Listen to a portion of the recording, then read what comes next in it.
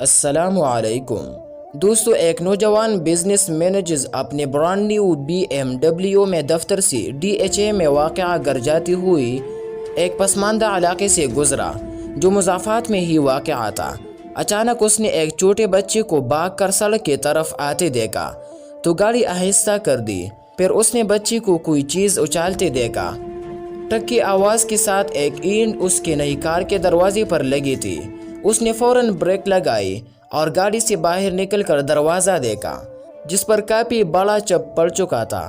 اس نے غصے سے ابلتے ہوئی بھاگ کر اینٹ مارنے والے بچے کو پکڑا اور زور سے جھنجھوڑا۔ اندھے ہو گئے ہو پاگل کی اولاد، تمہارا باپ اس کے پیسے بھرے گا؟ وہ زور سے داڑا۔ میلے کچیلے شرٹ پہنے بچے کے چہرے پر ندامت اور بے چارگی کے ملے جلے تاثرات تھے۔ سائے، مجھے کچھ نہیں پتا، میں اور کیا کروں؟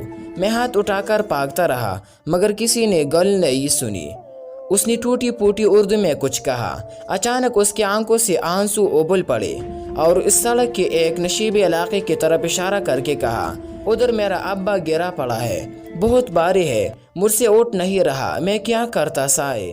بزنس ایگزیکٹو کے چہرے پر حیرانی سے در آئی دوستو، اور وہ بچے کے ساتھ ساتھ نشیبی علاقے کی طرف بڑھا جہاں اس نے ایک عجیب و غریب منظر دیکھا۔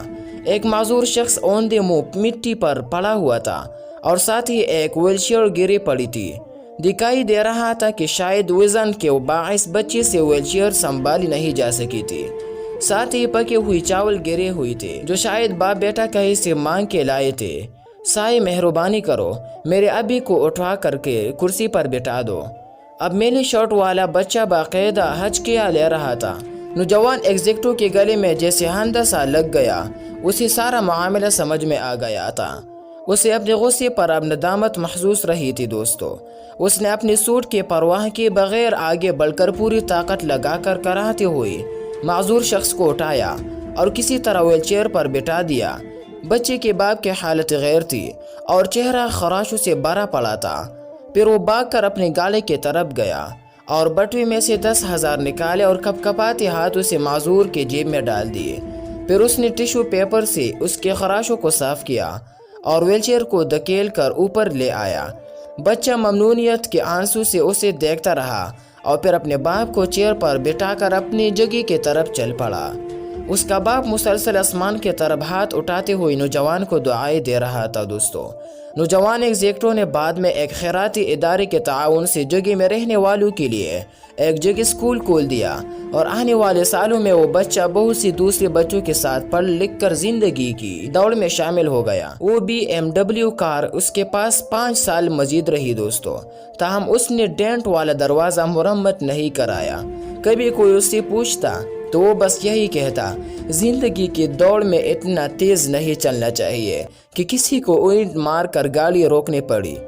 سننے والا اس کے بات سن کر اور اس کی آنکھوں میں نمی دیکھ کر قدر حیران ہوتا اور پھر سمجھتے نہ سمجھتے ہوئے سر ہلا دیتا۔ دوستو، اللہ کبھی ہمارے کانوں میں سرگوشیاں کرتا ہے اور کبھی ہمارے دل سے باتیں کرتا ہے۔ جب ہم اس کے بات سننے سے انکار کر دیتے ہیں تو کبھی کبھار ہمارے اوپر ایک اینٹ اچھال دیتا ہے، پھر وہ بات ہمیں سننا پڑتی ہے۔ جہاں ہم اپنے خاندان، بیوی بچوں کی خوشیوں کے لیے بھاگے جا رہے ہیں، وہی ہمارے آس پاس بہت سی گونگی چیخیں اور سرگوشیاں بھی بکھرے پڑے ہیں۔